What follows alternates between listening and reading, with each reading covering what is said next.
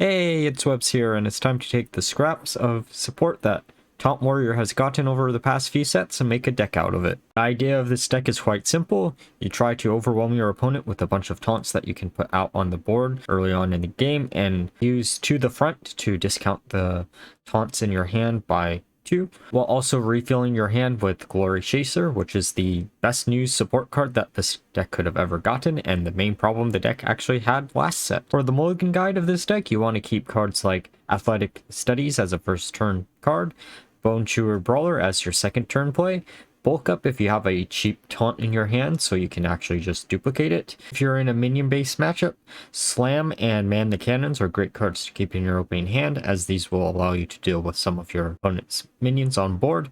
Otherwise, Harbor Scamp is a great card to keep in your opening hand for turn 2. And finally, Scrapsmith is probably the last card that you want to consider keeping in your opening hand, as this can be easily comboed out with a Bulk Up, thus allowing you to actually have 4 additional taunt minions in your hand and just generate a bunch of resources. With that being said, let's go find some games. Alright, time for a game against Rogue. So this opening hand isn't that terrible.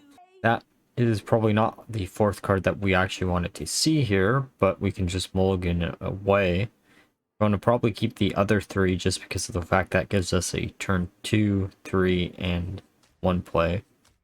Or even a turn 4 play, depending on if we want to use the hammer instantly. To the front is not something that we want to see yet, just because we have no minions.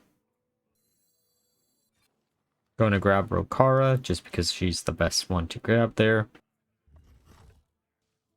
Alright, so there's no minions on board, we're just going to trade the weapon away, grabbing a pack meal. We don't really have any knowledge of what type of rogue they are at this point. They don't really have any knowledge of what type of warrior we're at this point either, so just going to hero power. Okay, so there's some type of combo rogue, probably Garrote rogue to be honest, which is actually pretty good news for us. I know Garrote rogue is one of those decks that is supposed to be one of the best decks in the game. The issue is, if the person playing it isn't good, then Garrote rogue doesn't really do anything. Yeah, they have to be Garrote rogue at this point. They could be cute rogue, I guess, too, but that's not a card that we wanted to burn there. And I misplayed a little bit. I should have played Rokara before I attacked. But oh well. And I'm being a little bit wary with putting a bunch of minions down just because of the fact we're approaching turn 7. And that turn is always the worst when it comes to against a rogue if they have scabs in hand. And if they're Garrote rogue, I'd rather just be able to heal a little bit. Okay, there's no chance this isn't Garrote rogue. There's just a bunch of Battlecry cheap minions in it. Here we can actually kill most of their board by using Slam and then a Man the Cannons. Gonna put down the Harbor Scamp, which draws us a Sword Eater, which is good for next turn. Well, that kinda sucks, but I'd rather just kill both of their minions on board if it comes down to it without even pushing this next turn.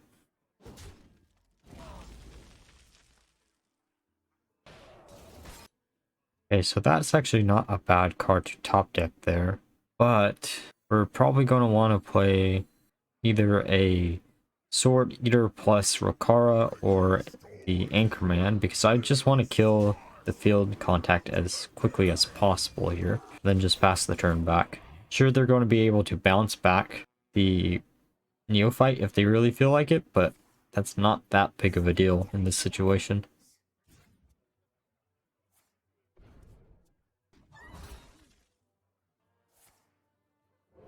Okay, so they're just going to buff up all our cards cost again, which is going to be annoying to deal with, but it is what it is. Gonna discover another minion here. Put Rokara down. I probably should have put down the Sword Eater just because then I would have had additional weapon if they put down scabs the next turn. So they did have scabs. And Rokara is the one that gets burned. I don't know why. Actually, I guess it's the order of the minions that got put down. That's kind of stupid though. It should be left to right. Okay, so we have no way to actually deal with their minions on board. And Scrapsmith gets burnt, which sucks, but oh well. We can put down our 2 pirates, kill their neophyte, because why not? Then go face. Okay, so they'll kill our minions, but that's fine because the only type of AoE clear that most rogues play is Scab, and our hand is full of cards to either buff up our minions or play them for cheap. And we just have to hope that we actually get our damage in before they can actually do anything with Garrote. Okay, so we're going to buff everything up by 3, and then we're going to play everything in our hand and get an additional copy. I should have played the other copy, but oh well. And the game should be decided in this turn, depending on what their top deck is. I'm really curious of what happened here. What made them just lose? It's a great example of what Garrote Rogue can do in the wrong hands, though. Okay, we just win here. Alright, time for a game against Mage. Okay, just going to mulligan away the meal. Just because the Blacksmith Hammer, while it isn't the best card to keep in your opening hand, sometimes you just have nothing else to do. And given the fact this is Mage, I'm assuming that turn 2 we won't even have a man the cannons to actually go off. And it's Questline Mage. I actually haven't seen Questline Mage that often recently.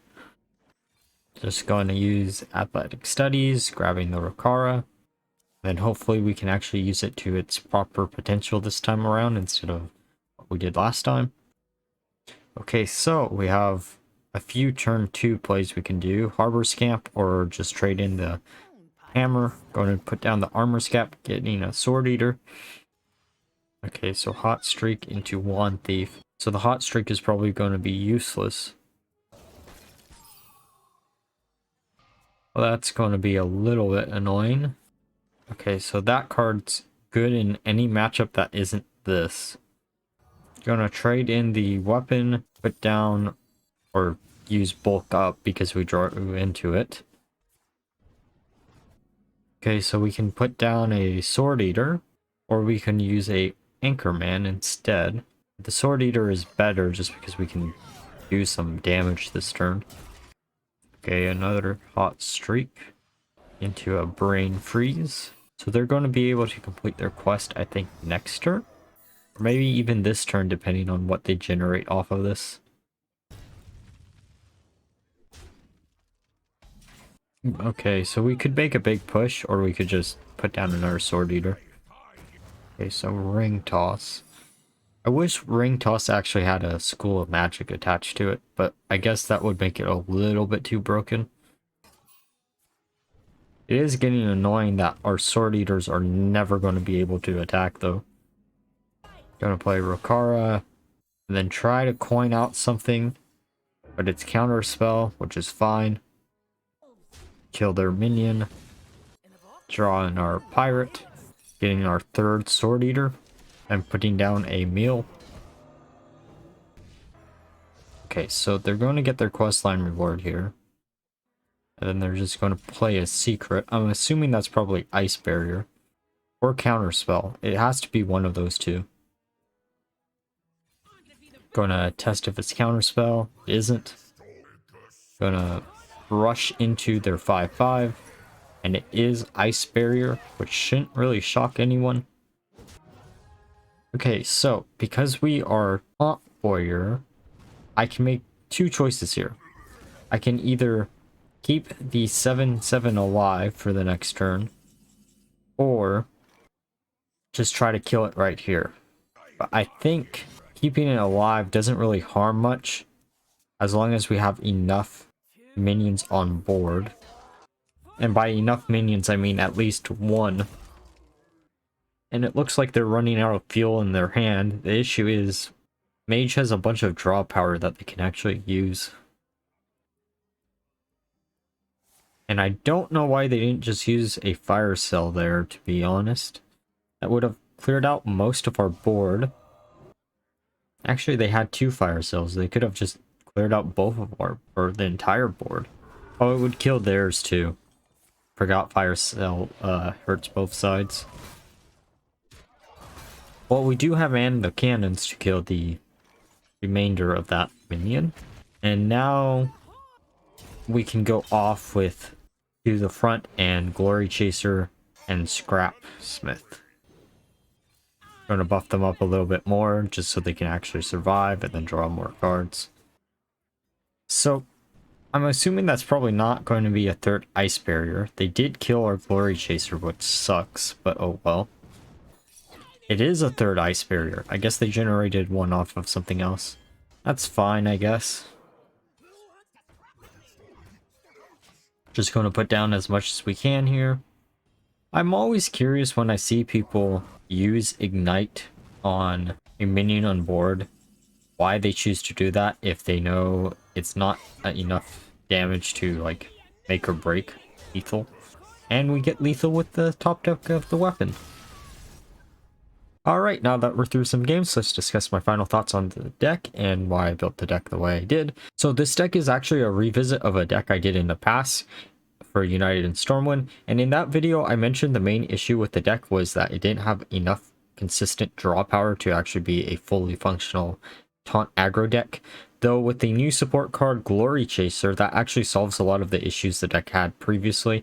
This will allow you to refill your hand quite easily when you combo it out with to the front. There are a bunch of big push turns you can actually make with this deck in combination between to the front, Glory Chaser, and Conditioning, which is why Conditioning is still in the deck. And while the deck has definitely improved since the last set, I don't think it's that good compared to a lot of the OTK strategies that are floating around or some of the big payoff decks that are also floating around.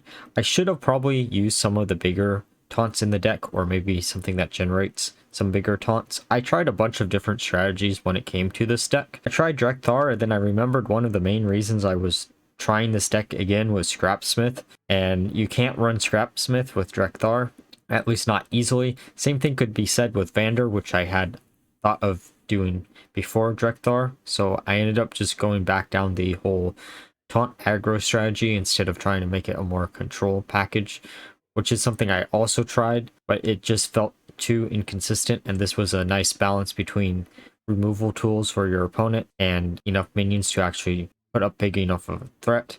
Though there is one issue that is glaring with this deck.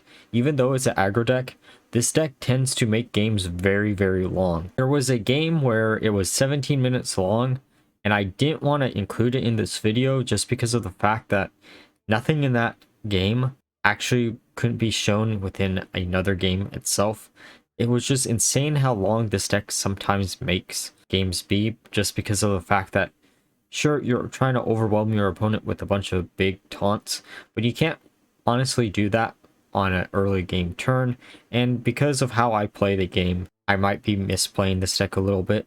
Another person who likes aggro might be way better at this deck than I am, just because of the fact that I don't like playing aggro decks. But generally speaking, I could easily recommend this deck just because of the fact that it's a cheap deck. There's one legendary in the entire deck, which you could probably remove him for a brawl, which you can just get through the core set itself. But Lord Bravo is a common enough warrior card that I don't feel too bad recommending this deck to actually be played, because it did do decently well. It just wasn't up to some of the current standards of Hearthstone. It's missing maybe another big taunt or something else besides just draw power to actually support it a little bit more. With that being said, if you enjoyed the video, please leave a like, comment, and subscribe. And until next time, bye bye.